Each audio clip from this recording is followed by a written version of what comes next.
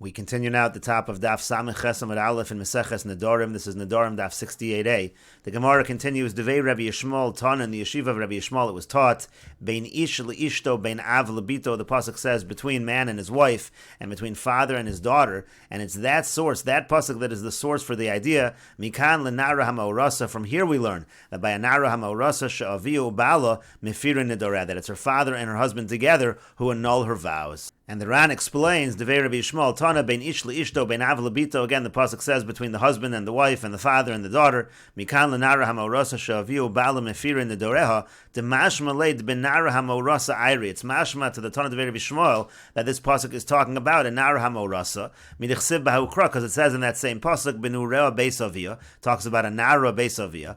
Umidasamach av lebito bahadei ish. From the fact that it has the word av next to bito, also with the word ish, with the husband, mashma da avu baal mefirin nedorah. That sounds like it's the father and the husband together who annul her vows. And the Gemara continues, ulatana devei Rabbi Yishmael, according to the Tana devei Rabbi Yishmael, who learn out the idea that by a nara hamorasa, the father and the husband together annul her vows, they learn it out from bein ish leishto, bein av lebito. So im hayo sia leish mayavidle, what do they do with the pasuk of im hayo sia leish, which was the source for the same idea on the previous daf?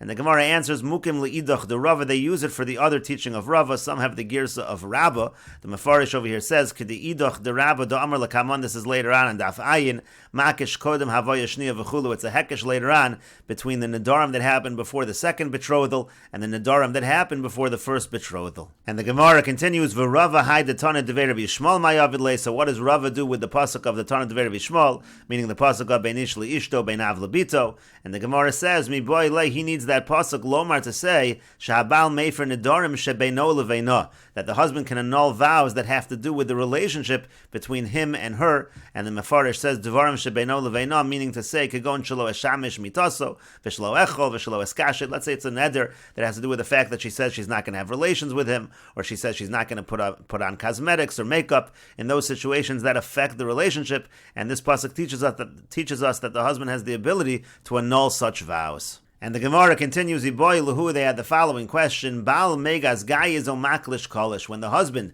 in a case of Erison, annuls the vow, is he cutting off half of the vow? He's annulling his portion of the vow, or is he weakening the entire vow? The Mefarish explains, Megas Gayiz Mashu Mefer Kotzitz Hachatzi Shel Neder V'Okra Lagamri. When he annuls, is he cutting off half of the neder and totally uprooting half of the neder? V'Chelak Acher K'Dekoi Koi, and the portion that remains as it was. Ad Da'asi Av U'Mefer Lo'oso Chelak, until the father comes and he annuls that portion. O Maklish Kolish, or is the husband weakening the entire vow? Ta'faraso Pashta B'Kulei Neder, his annulment spreads throughout the entire neder. The Kolish Lebima'at, and weakens it a little. V'Haneder Kal and the neder becomes more lenient from what it was until now. And the Gemara says, Heicha kami boilan. What exactly is the question here? What is the nafkamina? The Gemara explains, could go into nadra mitrain zaysim. Let's say she takes a neder not to eat two kazaysim of a certain food. V'shama oras v'hefer lav achalosnan. And then the oras hears about it, and he's made for the neder, he annuls the neder, and she goes ahead, and she eats the two kazaysim. So Amrinan Megas guy is if you say that he cuts off just half of the vow. So Lakya, so she's still going to get Malkus because she still ate one kazayas. The first kazayas was annulled by the husband, but there's another kazayas that's prohibited, and she gets Malkus for that.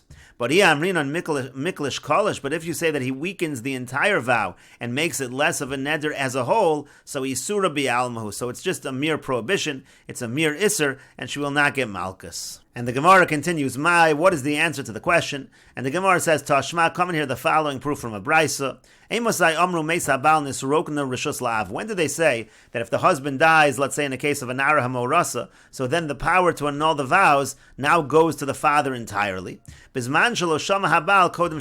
would be in a situation, let's say the husband didn't hear about the vow before he died, so he died not knowing of the vow, so then again, when he dies, the power goes to the father, and they change the girsa over here to Oshashama vehefer, or let's say the husband heard about it and he annulled the vow, Oshashama veshasak umeis bo bayom, or let's say he heard about it and he was quiet and he died that day. The point over here is that the husband died the same day, so it's not considered like he upheld the vow. If he would have been quiet for an entire day and died the next day, then it's already considered like the husband upheld the vow. So in all of those cases, the point being, in all of those cases, if the husband died and he didn't uphold the vow, either he was quiet or he annulled it, etc., in those cases, cases, Zui Shashaninu, that's when we learn Meis Habal Nisrokna Rishus La'av, that if the husband dies, the power now to annul the vows goes to the father, and we'll continue with this discussion in the next video on Daf Sameches Amud Beis.